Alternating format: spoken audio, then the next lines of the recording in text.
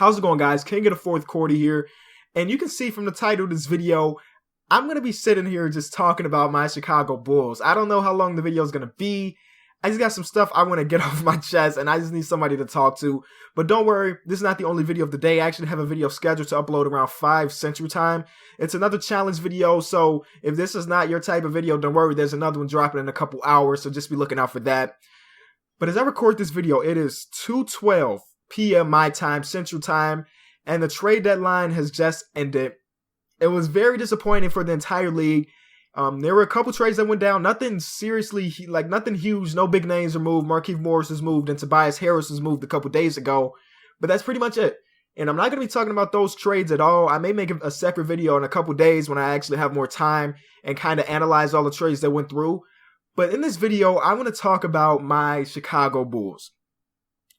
So, in the past week or two, we've heard a lot of rumors, and that's exactly what you hear around this time. Rumors, not all of them are true. You can't believe everyone, but we've heard rumors that, of course, that they were trying to trade D Rose, which I knew wasn't going to happen because he's making like $23 million a year. No one wants to take on that contract for a guy that's not even playing great.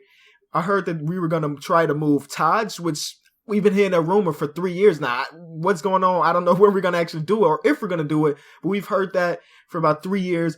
And the one I was really surprised it didn't happen, I heard we were going to move Taj. And there were a lot of, not Taj, or Powell. I heard a lot of things about Taj and Powell being moved. And I like these guys as a player. Powell is really likable as a person too. But it is time for some change in Chicago, man. I guess we made one small change in changing the coaches. I've heard a lot of Bulls fans saying that Hoiberg needs to go. I don't think that's the case just yet. We need some time for him to develop. I think at least give him another year or two before you decide, well, that's not a good move. He definitely deserves some time. But Powell, I think Powell is 34 years old now, on his last year of his contract as a Bull. I just kind of thought it just made sense. It just made a lot of sense to move him. I know he's come out and said that he wants to spend the rest of his career here in Chicago. But if we want to get over that hump, man, the Bulls have been good for 6 or 7 years now. Good, not great. We've been the number one in the East a couple times. We've always been at the top of the East. Always, always, always. But that was not enough to get past LeBron. LeBron has been the Bulls antidote. He's been killing the Bulls for so many years. Sometimes I wish that he went to a Western team, but that's another thing to talk about. But he's just been killing the Bulls his entire career. And I'm tired. I'm so tired of our Bulls losing, man. This year has been terrible for the team. Injury after injury. Players don't look like they care anymore. Only player I can honestly say I can see giving 100% almost every play is, of course, Jimmy Butler, because that's all he knows. He came from pretty much nothing, and now he's a star in the NBA. He's the only guy I see going out there and playing his hardest every day. I wish I could say that about D Rose still. It used to be D Rose. I wish I could say that about Noah. He has a lot of heart, but he's slowly, decreasing as a player. He's getting injured more and more. This is probably his last year in Chicago, and he's not even playing for the rest of the year. And that kind of sucks because I did like Joakim. I'm kind of losing what I was talking about. I could talk about the Bulls for such a long time. But you can see I have my coat on. I was about to go to work. And then I was just so disappointed in the trade deadline and everything. But anyway, we heard, last night, I was sitting in my bed, going through the tweets. Adrian Wojnarowski, I think that's how you pronounce his name. He's like the beat writer, NBA writer for Yahoo. He's got his own podcast. And this guy, it seems like he's always the first person to know when trades go down, when anything significant goes down in the NBA, he's usually the first one to know. So on Twitter, I had him notified, his notifications on. So whenever he tweeted, I was looking at it. And we had got rumors that Powell was getting shopped to the Kings for potentially Kosta Koufos and Ben McLemore, and to get that, we have their first round pick for, I think it's this year, but it's top 10 protected. So, and if we were to trade Powell, the deal was that we'll get the pick, and we'll get rid of that top 10 protected.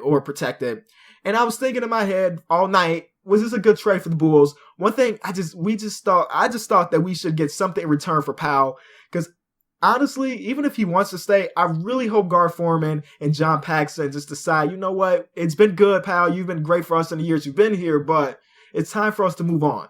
And one thing about the Bulls organization, since Gar Forman and Paxson have been there, they are so afraid to make moves, and it's so disappointing. Like I said, the Bulls have been good for so many years, but they won't make that move to just get over the hump, even if that means taking a step back, trading power for players that are a little less and a little younger, or trading them for draft picks. They are afraid to take that step back, and I don't know if that's financially. They know if we lose a couple years under 500, fans will come out to watch, but they are just so afraid. They would rather be good for 10 more years than be great 5 years from now. And that just blows my mind, man.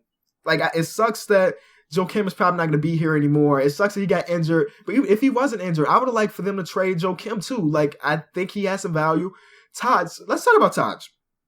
The Bulls were asking for a young player, one, for Taj, and a first-round draft pick. And that just blows my mind. First of all, Taj is 30. Taj has never not been a primary starter. Like, he starts when people are injured, but he's never been the starter of this Bulls team.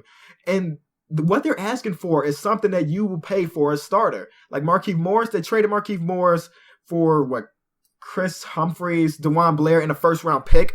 I don't know who wins that trade, but hold on one second. Okay, I had to sneeze. But I don't know who won that trade, but they were asking so much for a 30-year-old bench player. And it just blows my mind. I think we should have just traded Taj either for a first-round pick or a young player. But them asking for both, there's no doubt that was the reason why Taj is not being moved this year. It just hurts my heart, man. Tony Snell, he's been so bad. His numbers don't necessarily say that, but if you watch the Bulls play, he looks lost a lot of the times. I think that, honestly, I've been saying this. I have a bunch of friends that are Bulls fans, and I think my opinion really differs from a lot of the Bulls fans' opinions, like other Bulls fans. I just think we should blow all of this up. And it sucks that we didn't do it this year. I doubt they're ever going to do it because these guys are just so afraid of change, man. Sometimes change is good. This will be the perfect time to make these type of trades, these type of changes to the roster. Because think about it. These next 3 or 4 years, they're probably going to be ran by Golden State. Golden State has been terrific. And I don't think any team in the East can beat them in a 7-game series. And I think that's going to be true for next year and maybe the year after that. And I just think this is the perfect time to transition your team and just go down, break it down, and move forward. Bobby Portis, Jimmy Butler would be the only 2 guys. If I was a GM, which I'm not, of course, those would be the only 2 guys those would be the guys I build around. I think everybody else is expendable, and it's time to work something up. If we're going to have Hoiberg as our coach, give him players that actually work in his offense. And I'm just ranting. It kind of sucks, man. It sucks being a Bulls fan right now. One thing, we may fall out of the playoffs, which is okay with me. I mean, of course, you always want to see your team in the playoffs, but if we do fall out the playoffs and we do get a lottery pick, I'd be cool with that. But we should have just made a decision. There's no way.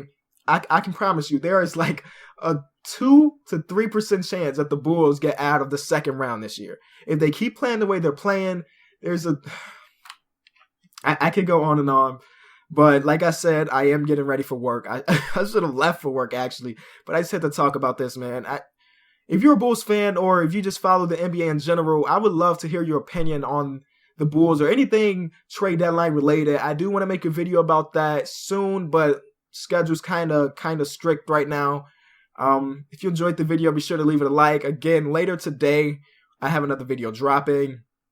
You can hear, I'm just, in my head, I'm just going over it like, man, we just lost the trade deadline. I think out of all the teams in the league, if I could just go through it really quick in my head, if there was one team that lost at trade deadline, it was us. It was us. There were other teams out there that needed to make some moves. Like the Celtics have so many draft picks, so many assets. I thought that they were going to make a trade for a big name player. Didn't happen, but guess what? The Celtics still have those young players. They're going to progress. The Bulls don't have those young players anymore. They have the Celtics have the draft picks, so they can pick some young players. The Bulls don't really have those draft picks. I do think that the Chicago Bulls were the team to lose the most without making any trades. They traded Kirk Heinrich. That was the only trade that they did.